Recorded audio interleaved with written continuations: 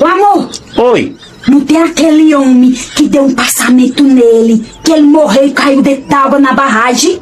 Tem, que o povo tava procurando, né? Que o povo tava procurando ele? Sim, o que é que tem? Tu acredita que acharam o corpo dele sem vida?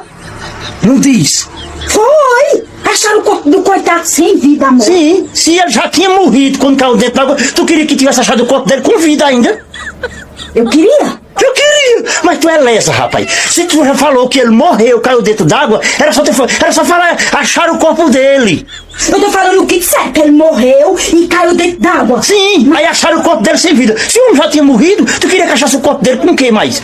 Ele já tava sem vida, já tava morto, testa de relâmpago. Eu queria que tivesse achado com vida. Eu queria que ele nem tivesse caído. Eu não queria que ele tivesse Mas morrido. sabe se ele não caiu vivo?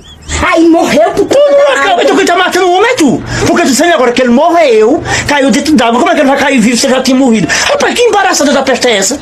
Mas é porque eu tô falando. Para. Tu vai endoidecer outro, isso?